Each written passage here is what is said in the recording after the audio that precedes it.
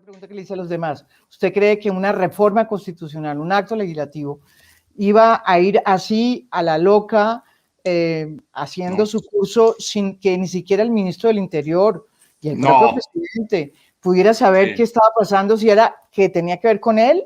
O sea, es que no, María Jimena, sí. Eso estaba planeado, está estructurado con un objetivo, con unas finalidades. Lo que no sabemos es quién realmente o quiénes están detrás de este proyecto y qué intereses tienen, qué es lo que están buscando.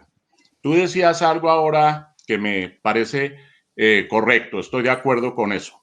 Este puede ser apenas el comienzo de algo que de pronto en algún momento aparece otra vez o se presenta bajo otra forma, como ocurrió con el articulito al que nos referíamos antes del año 2004. Al comienzo como que nadie le prestó mucha atención y después se convirtió en una realidad.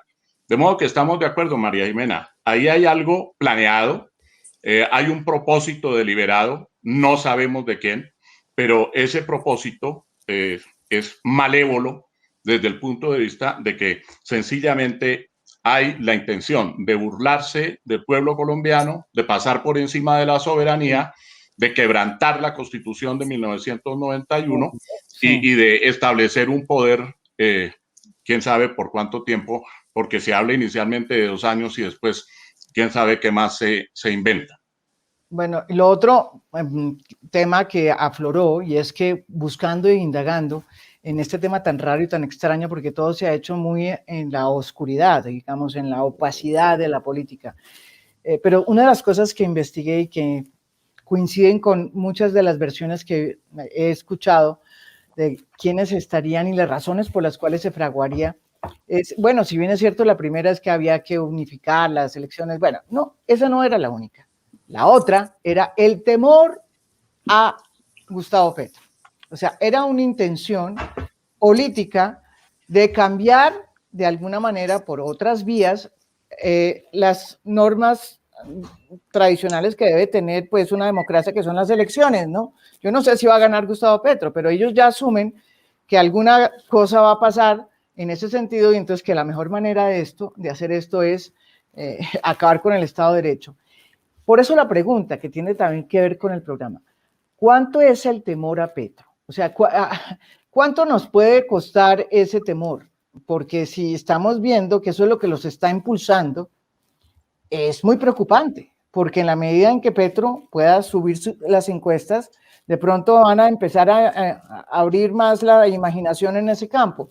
Mi pregunta es eso, o sea, ¿había detrás, Gustavo, esta maquinación o no había? Edward, Catalina, y podía ser Edward primero para que cuente si de ahí, de ese mundo... Pues mire, María Jimena, yo le cuento una cosa, yo creo que yo no le tengo miedo a Gustavo Petro. Yo creo que lo vamos a vencer porque tenemos mejores ideas, tenemos mejor visión de país, sabemos para dónde queremos conducir al país. Y yo creo que las futuras elecciones o las elecciones del 22 van a estar en quién pueda unir al país, en quién pueda escuchar más, en quién pueda generar mayores propuestas, en quién pueda construir entre los diferentes. Y por supuesto que Gustavo Petro no sabe hacer eso. Gustavo Petro lo único que sabe es decir que todo el mundo para la calle a protestar, que ese fue su discurso desde el primer día que perdió. Él no se ha resignado a que, pues que ya perdió las elecciones. No obstante, aquí sí hay una, digamos que hay que mirar hacia futuro y entender que Gustavo Petro pues es alguien que participa dentro de la democracia, dentro de unas reglas de la democracia y que puede tener diferentes ideas. Eso sí, hay que desnudarle muy bien sus ideas, pero no le tengo miedo a Gustavo Petro y le vamos a ganar en el 22 porque creemos con toda humildad que tenemos un propósito de país mucho más grande y es que ante todo somos colombianos y esa es la visión que nosotros podemos construir en la diferencia. Gustavo. Se le fue el sonido. Se fue el audio, mute. Unmute. Ahí, ya. Unmute. No, mira, el temor a Petro sí es palpable.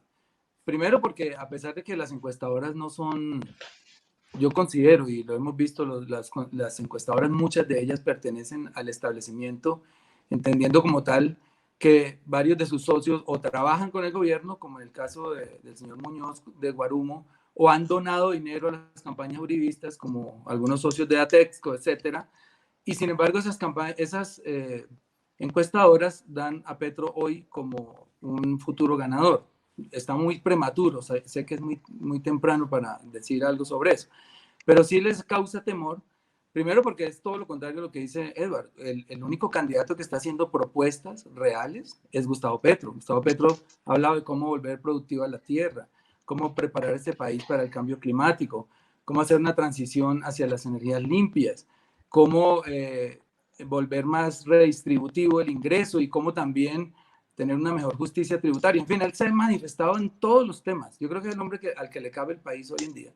Y entonces, eso sumado a que la juventud, porque ahí está el factor determinante, que la juventud ya se quitó la venda, que hay otros medios alternativos como este y como muchísimos otros, por no nombrar uno solo, que les han dado otro tipo de información distinta a la que los medios de comunicación tradicionales, en poder de las 5 familias propietarias de la mayoría de Colombia, pues les tiraban a nuestros padres. Nuestros padres gozaron toda la vida de una mala información, de una información sesgada, de una información manipulada. Y al entrar las redes sociales, al entrar los medios alternativos, pues empezó a circular otro tipo de información y hoy tenemos una juventud informada. Y eso es muy peligroso para un Estado tan dictatorial como el que han querido montar desde hace 20 años los uribistas. Obviamente esto ha hecho que el clamor, yo creo que ni siquiera es Petro, yo creo que la gente pide un cambio. Y si el cambio lo representa Petro, pues van a votar por Petro, pero si en la consulta que lo estamos pidiendo sea muy amplia, donde confluyamos todos los sectores, es otro, pues esa persona representa el cambio, yo mismo votaría por ella. Lo que sí hay es que decir, y uno al oír a Edward, que es buen amigo mío, uno entiende que ya no Mío tiene... también, mío también. Edward es muy buen tipo. Un honor. Él es buen tipo, sí. Es un honor. Al escuchar a Edward, no tienen cómo defender ya un gobierno que tiene las peores cifras de violencia, que se dispararon las muertes de líderes sociales, se dispararon las masacres nuevamente. Miren un dato solamente, en 2017 hubo 7 masacres y el año pasado hubo 91. O ayer hubo una, llevamos 17, solamente vamos en marzo. En fin, se dispararon todas las cifras de violencia.